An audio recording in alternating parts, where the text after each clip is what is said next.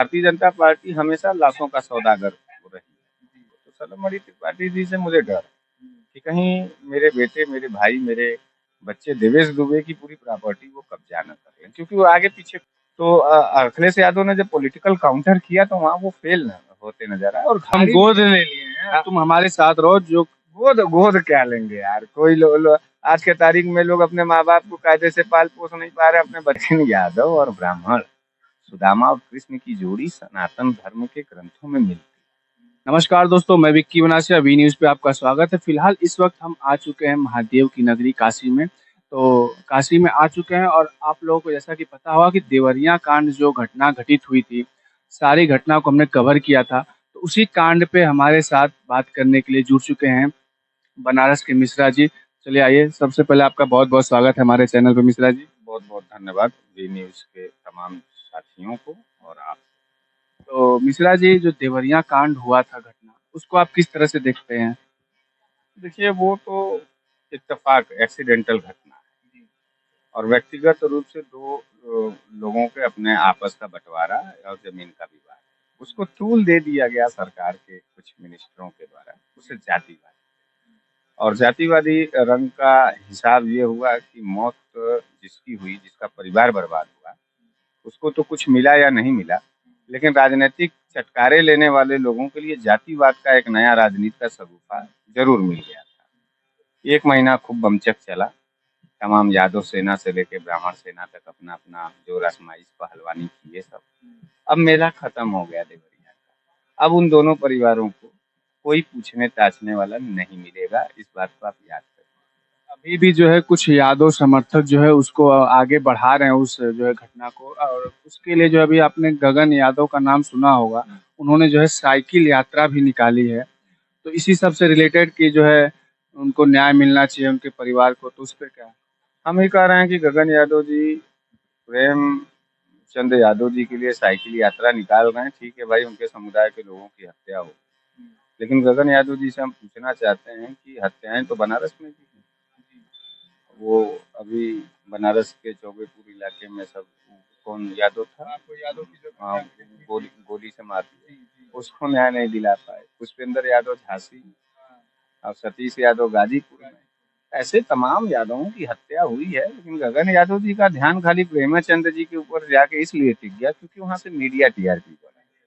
मैं ऐसे तमाम लोगों से रिक्वेस्ट करना चाहता हूँ, चाहे ब्राह्मण कम्युनिटी के लोग हों, चाहे यादव कम्युनिटी के लोग, मौत के लाशों पर राजनीति करना ठीक बात नहीं।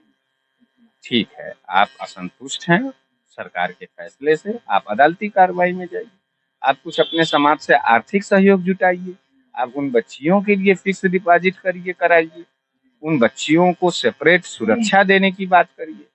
आप कब तक ऐसे ही साइकिल यात्रा निकालेंगे? माननीय अखिलेश यादव जी जब चले गए वहां पर, तो जाहिर सी बात है, विपक्ष का जब बड़ा नेता चला गया तो फिर उसको न्याय मिलना ही मिलना है, और जो कठोरता वाला निर्णय था वो भी सरकार ने वापस लिया, घर गिराने वाला। तो तो जो है सुप्रीम कोर्ट ने फटकार लगाई, तब जाके जो है उन लोगों ने जो है कि घर नहीं गिरेगा। मैं इस बात से आपके सहमत हूँ, क्योंकि वो घर गिराने के ऊपर आमादा थे। भारतीय जनता पार्टी पूरी तरीके से इस लोकसभा चुनाव में यादव बनाम पिछड़ा बनाम अगड़े की लड़ाई को लड़ा करके, पूरी जो है ये एक जातिवाद लड़ाई हो चुकी थी। जैसा कि आप जानते हैं कि एक ब्राह्मण और एक यादव की जो घटना घटित हुई थी, तो यादव पक्ष के लोग एकदम जो है प्रेम यादव की तरफ हो गए थे और ब्राह्मण पक्ष के लोग जो है दुबे परिवार की तरफ हो चुका था। अपने मित्र देखिए, हम आप घटना पर ध्यान दीजिए शुरू। तो जातिवाद का खेल भारतीय जनता पार्टी के शीर्ष नेतृत्व योगी बाबा के इशारे पर शुरू हुआ, क्योंकि भारतीय जनता पार्टी हमेशा लाशों का सौदागर रही है, लाशों पे राजनीति करती रही। तो जब ब्रजेश पाठक जी डिप्टी सीएम थे, तो डिप्टी सीएम तो वो पूरे प्रदेश के हैं, सभी जाति सभी मजहब के लोगों का। नरसंहार का नाम दे दिया गया जब उसको, तो नरसंहार में आपको दोनों तरफ जाना चाहिए। ब्रजेश पाठक जी सलम त्रिपाठी जी के इशारे पर जाके जातिवाद का जो बीज बोआ है, उसके रिएक्शन हुआ है, नहीं तो कोई यादव उससे पहले नहीं जा रहा था। सबका अदालती कार्रवाई के ऊपर दिमाग लगा रहे थे, और फिर उसके बाद से तमाम ब्राह्मणों ने जो है अपना अपना ट्विटर हैंडल से लेकर के एक मतलब आक्रोशित माहौल बनाने का व्यवस्था बनाया, जिसका नतीजा था कि यादव समाज, क्रिया की प्रतिक्रिया होती है, यादव समाज भी एकजुट हो गया। लेकिन मैं अब ब्राह्मण समाज से भी कहना चाहता हूँ और यादव समाज से भी। मेला खत्म हो गया, बड़े बड़े नेता गए, आ गए। देवेश दुबे पूरी तरीके से अनाथ हो गए। अनाथ हो गए, अकेले हो गए जो है उनके परिवार में, मतलब अब कोई रह नहीं गया है, सिर्फ 2 भाई हैं वो, और कुछ है नहीं कोई। खत्म हो गया, वीरान और खंडहर हो गए। भारतीय जनता पार्टी के नेता सलीम अली त्रिपाठी जी हैं, बहुत बड़ा ठेका लिए हैं देवेश का। लेकिन मुझे एक शक है क्या सकते। कि देवेश दुबे अभी तो बच्चे हैं और प्रॉपर्टी है उनके पास, प्रॉपर्टी तो पूरी है ही। पूरी है। और हमको ये लगता है कि कहीं सलीम अली त्रिपाठी जी देवेश दुबे को अपने पास रख करके और भाव विचार में लेकर के कहीं उसकी पूरी जमीन न कब्जा कर। मेरे अंदर एक शंका है, एक डर। मतलब ये तो एक तरह से जो है आरोप ही लगा रहे हैं हम। नहीं, आरोप नहीं उनके। भाई देखिए, भाजपाइयों का जो कैरेक्टर और भाजपाई जाति में नहीं गिना जाता। अभी तो सलभ मणि त्रिपाठी भी तो जो है ब्राह्मण ही है। नहीं, यही तो खतरा है, यही। मतलब ब्राह्मण को ब्राह्मण से कटरा। हाँ, खतरा है। और मुझे ये लगता है कि अच्छा, सलीम अली त्रिपाठी जी का बैकग्राउंड देखेंगे अगर आप, तो मीडिया घराने से होकर के राजनीति में आए, उनका पारिवारिक वो भी देख लीजिए, तो सलीम अली त्रिपाठी जी से मुझे डर है कि कहीं मेरे बेटे, मेरे भाई, मेरे बच्चे देवेश दुबे की पूरी प्रॉपर्टी वो कब्जा न कर लें, क्योंकि वो आगे पीछे कोई है कोई नहीं। दूसरी बात, हम यादव समाज से ये कहना चाहते हैं कि आप मार साइकिल फाइकिल निकाले, सब कुछ किए, 3 बेटियां अनाथ हो गई, माँ बुजुर्ग, बाप है, माँ है। मैं उनसे ये कहना चाहता हूँ कि आप लोगों ने कितना पैसा, कितना आर्थिक सहयोग, क्या उनकी जीवन के लिए क्या प्लान बनाया? क्या ज़रूरी है कि कुल चीज़ सरकारें करें? सरकार जब निकम्मा और निठल्ला है, जातिवाद और धर्मवाद का जब राजनीति थोप रहा है हमारे ऊपर, और आप कह रहे हैं कि हमारे समुदाय के साथ अन्याय हुआ, तो समुदाय के लोगों ने कितना पैसा, रुपया दिया? तीनों बेटियों की शादी, तीनों बेटियों की पढ़ाई, तीनों बेटियों का घर, उनका सुरक्षा, ये कब होगा? कोई नहीं कर रहा, सबको अपने-अपने राजनीति का मित्र पड़ा। जितने भी लोग जा रहे हैं तो मीडिया या सब राजनीतिक पर्पस की वजह से। हम क्यों नहीं गए? हम तो यहीं बनारस से बोलते रहे और दोनों पक्षों के न्याय के लिए बोले। हमेशा जातिवाद राजनीति के खिलाफ बोले, क्योंकि हम लाशों पर राजनीति करना नहीं जानते। और मेरा कौम और मैं इतना कमजोर नहीं हूँ कि मैं दूसरों से अपने न्याय के लिए रहम मांगू। तो ये मैं इतना मजबूत, और मैं सभी समुदाय, दोनों समुदायों से कहना चाहता हूँ, इतने कमजोर मत हो जाइए कि सड़क पर आपको बिलबिलाना पड़े और उसके बाद भी लोग आपके साथ में जाके खड़े हों। तो ये है मामला।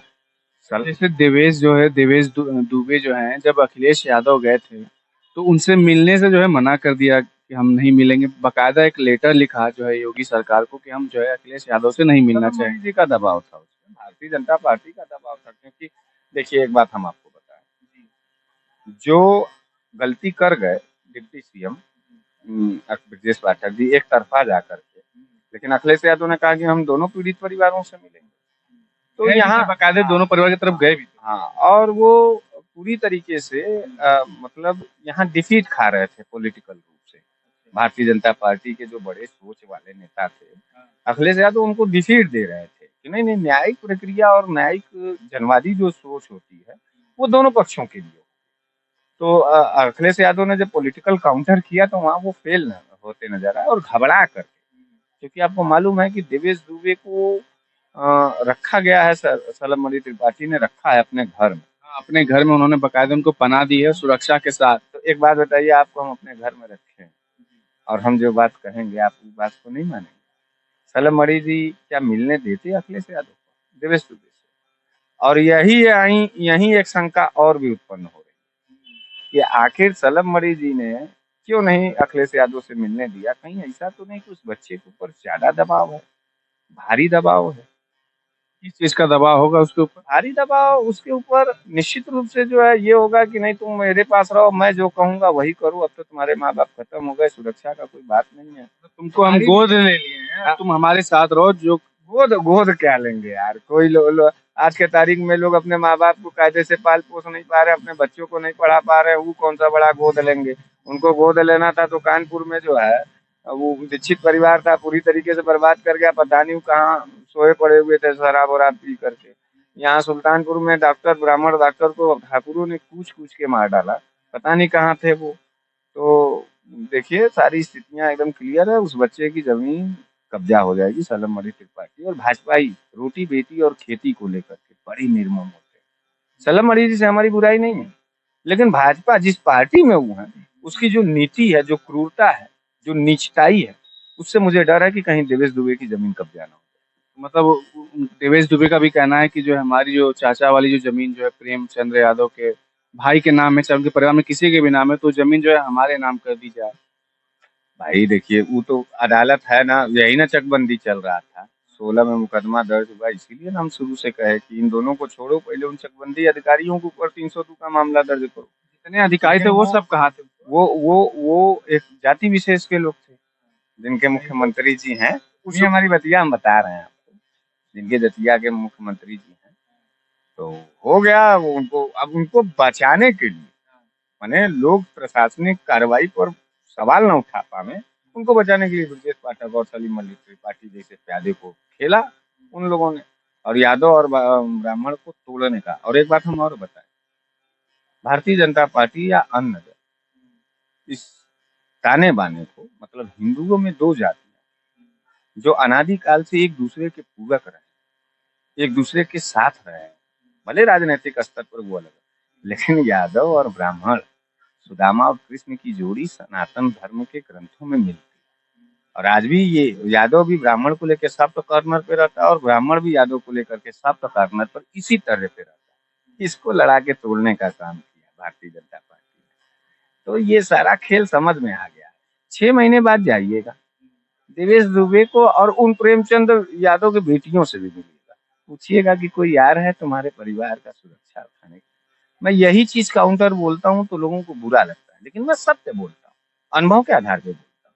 लेकिन जो उनके चाचा थे, उनके जो है प्रेमचंद्र यादव की पत्नी का भी एक बयान था, उसमें जो कोई मीडिया कर्मी के हिसाब से बोली थी वो, तो उसमें उन्होंने कहा था कि जो उनके चाचा थे देवेश के, तो वो उनके घर पे ही रहते थे, उनके घर पे ही खाते थे। तो कहीं वो लोग उनसे जबरदस्ती लिखवाए हों शायद जमीन दबाव में। ये बताइए कि 8-9 बीघे जो जमीन थी, तो अगर आप रजिस्ट्री करवाते हैं तो कितने की होगी? अच्छा एक बात बताइए, हमारा हम आप दोनों भाई हैं, आप हमको मैनेज नहीं कर पाए, या फिर आपकी किसी बातों से मुझे इतना चोट लगा। उनके कहने का मतलब मंद बुद्धि भी थे वो। मंद बुद्धि थे चाहे जो भी थे, जब जब वो आदमुआ चल जाला ना तो वो पागल हो जाला। अभी ट्रेन में मारा गया था ना, एक पुलिसकर्मी ने मारा 3 लोगों को और कहा कि जय श्री राम कहो, उदयपुर वहाँ राजस्थान में, जय श्री राम कहो, मोदी योगी को वोट दो नहीं तो मार दिए जाओगे।